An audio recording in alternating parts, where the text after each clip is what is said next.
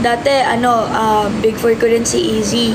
Kasi iba si Easy. Like, grabe siya magpakatotoo. And at the same time, grabe rin siya mag-care for others. To the point na nasabihan ko siya dati na lagi niya kasi sinasabi sa akin, kapag may too much akong ginagawa, kalabitin mo lang ako.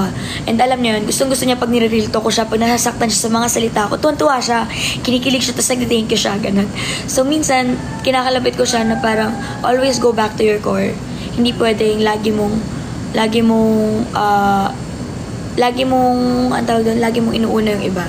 Kasi napapansin ko kapag nominated si Ralph, grabe siya ka-affected. And then, sabi ko, tingnan mo si Ralph, okay naman siya.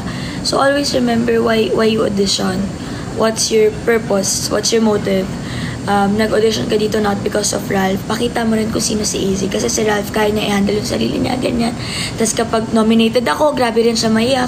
Kapag nominated sila, yung mga kaibigan niya, yung mga core na, basta kapag may nominated, grabe yung puso ni Easy. But at the same time, hindi ko siya masisisi. Mapagmahalan talaga siya.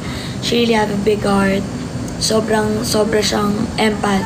Kaya, as much as I want her to protect herself and also fight for her own battles, hindi ko siya masisi kasi talagang pure talaga yung heart niya.